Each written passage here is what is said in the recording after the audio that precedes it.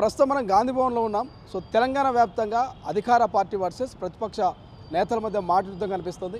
నిన్న నిజామాబాద్ పోయినటువంటి కవిత అధికార కాంగ్రెస్ పార్టీ మమ్మల్ని టార్గెట్ చేసింది. రాజకీయంగా కేసీఆర్ను ఎదుర్కొనే సత్తా లేకుండానే ఇక అటు కేటీఆర్ మీద ఇటు నా మీద కేసులు పెడుతుంది, అక్రమంగా జైలుకు పంపించే ప్రయత్నాలు చేస్తుందంటూ కామెంట్ చేశాడు. ఇంకోవైపు ఇక మాజీ ప్రధాని మన్మోహన్ సింగ్కు ప్రత్యేక సభ ఏర్పాటు చేసి అసెంబ్లీలో ఇవాళ సంతాపం వ్యక్తం చేస్తూ ఉంటే మాజీ ముఖ్యమంత్రి కేసీఆర్ మాత్రం అటెండ్ కాలేడు. దీని మీద కూడా సోషల్ మీడియాలో చర్చ జరుగుతుంది. మాట్లాడడం అధికార కాంగ్రెస్ పార్టీ నేతలు, అధికార ప్రతినిధి సంజయ్ రెడ్డి గారు. సంజయ్ రెడ్డి గారు ఎట్లా చూస్తారు?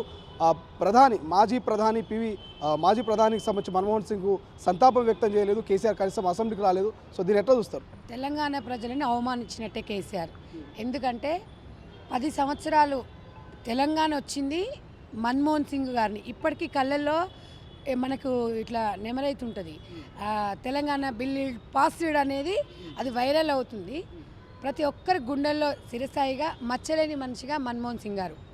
ఆయన అమయంలో నీతికి నిజాయితీ మారిపోయారు. తెలంగాణ ఇచ్చిన తెలంగాణకి నువ్వు ఫస్ట్ సీఎం, 10 సంవత్సరాలు సీఎంగా ఉండి నువ్వు ఫామ్ హౌస్కి అంకితం అయిపోయి ప్రతిపక్ష హోదాలో ఉండి అధికారంలో ఉన్నప్పుడు ప్రతిపక్షాలను రానియలే.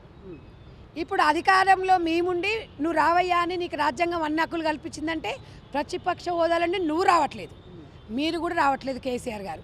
అంటే ఇలా తెలంగాణ ప్రజలను అవమానపరిచినట్టా కాదని తెలంగాణ ప్రజలు నిర్ణయించుకోవాలి. అసలు వాళ్ళు రాజ్యాంగం నుంచి ఎన్నుకోబడ్డ ఒక ఎమ్మెల్యే పదవికి ఆయన అనర్హుడు. ఎందుకు ఇప్పటి వరకు కూడా అసెంబ్లీకి రాని వ్యక్తి ఎవరైనా ఉన్నారంటే కేసీఆర్ గారు. కేసీఆర్ గారు తెలంగాణ ఉద్యమ నాయకుడు. ఆయన ఎమ్మెల్యేగా గజ్వేల్ ప్రజలు ఓటేసి గెలిపించుకున్నారు. మరి గజ్వేల్ సమస్యలని మరి తప్పుదో పట్టించి వాళ్ళ సమస్యలు ఎవరు కొట్లాడాలి కేసీఆర్ అని ఇవాళ కాంగ్రెస్ పార్టీ నుంచి నేను ప్రశ్నిస్తున్నా. ప్రధానంగా మీరు అన్నట్టుగా మన్మోహన్ సింగ్ది తెలంగాణ రాష్ట్ర ఏర్పాటులో కీ రోల్ చాలా.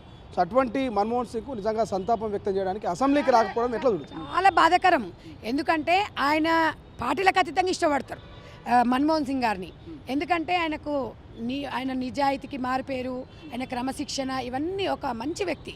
వాస్తవానికి రికార్డు స్థాయిలో ఇవాళ కేసీఆర్ గారు ప్రతిపక్ష హోదాలో ఉండి తెలంగాణ ఇచ్చిండు ఆయన అమయంలో వచ్చింది అని చెప్పేసి లిఖితపూర్వకంగా రాసి ఇవాళ సువర్ణ అక్షరాలతో రాయించాల్సిన పరిస్థితి, హోదాలో ఉండాల్సిన కేసీఆర్ ఫామ్ హౌస్లో వండుకుందంటే తెలంగాణ ప్రజలను అవమానించి తెలంగాణ ప్రజలకు ఒక డౌట్ కూడా వస్తుంది, ఇంత కేసీఆర్ బతుకున్నాడా లేడా అని అడుగుతున్నారు.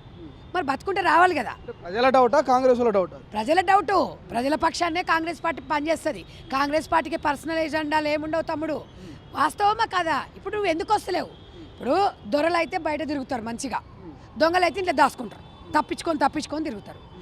మేము దొంగని మేము కూడా అంటలేము నువ్వు, ఎందుకంటే నిన్ను దొంగ అంటే గజ్వేల్ ప్రజలను అవమానించినట్టు అవుతుంది. గజ్వేల్ ప్రజల పక్షాన్ని మేము అడుగుతున్నాం. నిన్ను ఎన్నుకోబడ్డారు, మమ్మల్ని తిరస్కరించి మిమ్మల్ని ఎన్నుకున్నారంటే మీరు సరైన నాయుడు కూడా అన్నారు అంటే వాళ్ళని మీరు తప్పుదో పట్టిస్తున్నట్టే లెక్క. కాబట్టి కాంగ్రెస్ పార్టీ ఓటు రాజకీయాలు చేయొద్దు తమ్ముడు, ఒక్కడే గుర్తుపెట్టుకోండి. ప్రతిపక్షం ఉన్నా మేము ప్రతిపక్ష హోదాలో ఉన్నా గౌరవిస్తున్నాం. మేము ఆ గౌరవాన్ని కాపాడుకోలేకపోతున్నారు అనేది కేసీఆర్ గారిని తెలుస్తుంది. ఇవాళ కేసీఆర్ గారికి ఎంత అహంకారం అంటే తెలంగాణ వచ్చిన తర్వాత కొన్ని వేల కోట్లు దారదత్తం చేసుకొని మంచిగా ఫామ్ హౌస్ కట్టుకొని బంగారు బాత్రూములు కట్టుకొని మంచిగా ఏసీలు పెట్టుకొని ఇంట్లో పడుకున్నావంటే నువ్వేం ప్రతిపక్ష నాయకుడు అయ్యా? మీ వాళ్ళు అంటారు జాతిపిత మా కేసీఆర్ అంటాడు. ఎక్కడ జాతిపిత ఇట్లనే అవమానపరుస్తారా? ఇవాళ మన్మోహన్ సింగ్ గారు అనే వ్యక్తి సామాన్యమైన కార్యకర్త నుంచి వచ్చి ఆయన ఎన్నో పదవులు అనుభవించి ప్రజల కోసం జీతాన్ని త్యాగం చేశారు. ఒక్కరిని కూడా నోరెత్తి చిన్న మాట కూడా ఎవరిని విమర్శించే వ్యక్తి కాదు. అలాంటి వ్యక్తికి మనకు రెస్పెక్ట్ చేయాలి. ఎందుకంటే తెలంగాణ ఇచ్చిన తెలంగాణ మీద నువ్వు 10 సంవత్సరాలు సీఎంగా ఉండి నువ్వు ఈరోజు ఈ రకంగా బిహేవ్ చేస్తున్నావు అంటే నువ్వు ఎప్పుడు వస్తావు? ఇంకా రాజీనామా చేయి. నువ్వు రాజీనామా చేయాలి. నువ్వు ఎందుకు ఉండాలి తెలంగాణలో? నువ్వు అసెంబ్లీకి రానోడు రాజీనామా చేయాలి. ఎందుకు చేయట్లేదు?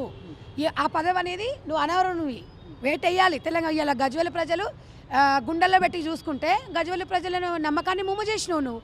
ఇంకా ఎవరు మాట్లాడాలి మీ తరపున అనేది మాట్లాడుతున్నారు. అసలైన తొలి వెలుగు. ఫాలో వాట్సాప్ @తొలి వెలుగు official.